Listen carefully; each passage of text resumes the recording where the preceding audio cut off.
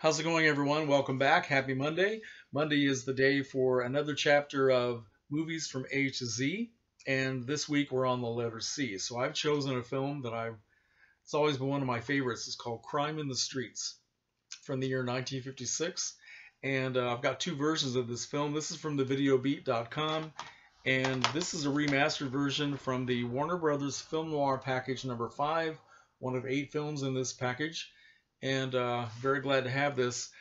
Although, quite frankly, I'm not sure that I would classify Crime in the Streets as being film noir, but I realize that definition is somewhat flexible for a lot of people, so no complaints. I'm very happy to have a remastered version. The film, directed by Don Siegel, who the same year also directed a classic film called Invasion of the Body Snatchers. This couldn't be more different. Crime in the Streets started out as a television play in 1955 directed by Sidney Lumet, and it starred a young actor named John Cassavetes. And Cassavetes repeated his role in this film. In fact, on the credits, it says introducing John Cassavetes, although he had been in a few films, very small parts, beginning in the early 1950s, done a lot of television drama. And in 1955, he had a very good role in a low-budget crime film called The Night Holds Terror. So he was very much the up-and-coming actor in 1956. It also stars James Whitmore, who we remember from The Asphalt Jungle. In this film, he plays a crusading social worker in a very bad neighborhood in New York City. And he is trying to help the members of this gang called the Hornets, of which Frankie Dane, played by Cassavetes, is the leader. Now, Cassavetes, he's supposed to be playing an 18-year-old guy. He's way too old for that, but it doesn't matter. You just have to let your imagination go wild. Two of the other members of the gang include a young Italian guy named Angelo, nicknamed Baby, played by Sal Mineo, who the year before had been in Rebel Without a Cause. And by the time he played this similar role as a troubled juvenile delinquent in Crime in the Streets, he got the nickname the Switchblade Kid, and it was very hard for him to get out of that mold.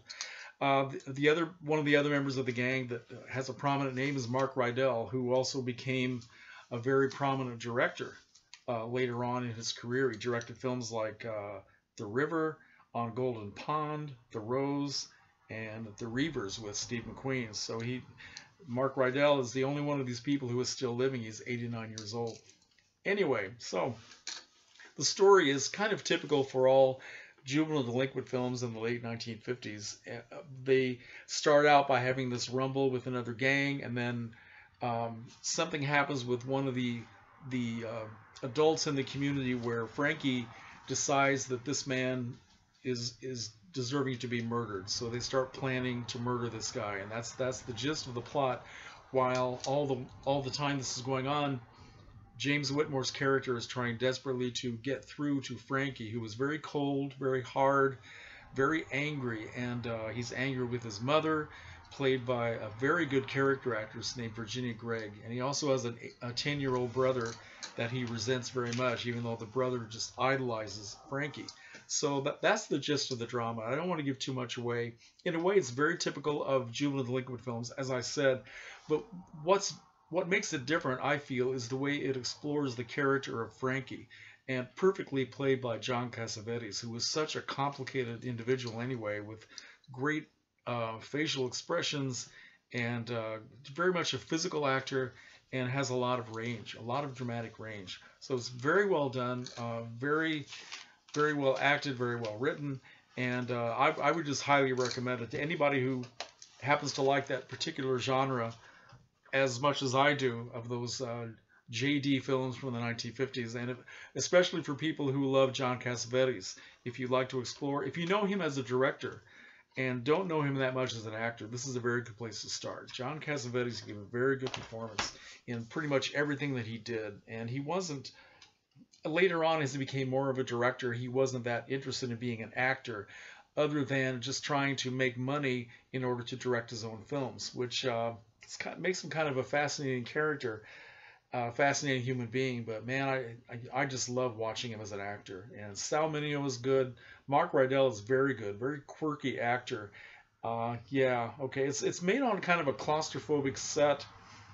it's very much contained within this tenement slum in New York City, and just another couple of sets inside of apartments, inside of a soda shop that's in the neighborhood, and they don't really wander too far from that particular set, which in a way I guess reflects the fact that it was originally a TV drama and it was probably just one particular set. I really don't know. I would love to see the TV drama, quite frankly, to see how much they changed it.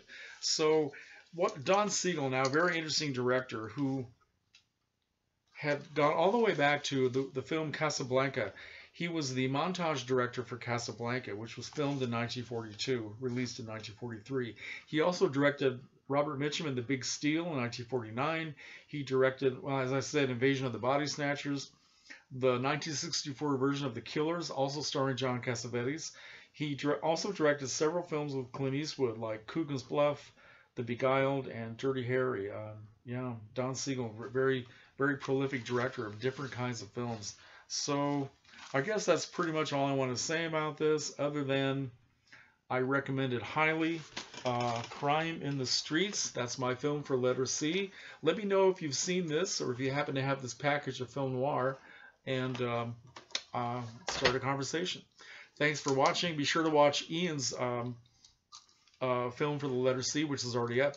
He did the Del Toro film Kronos, which is a film that I have not yet seen, but he gave a very interesting review, so make sure you see that, okay? And I'm sure that James will have his review up later today.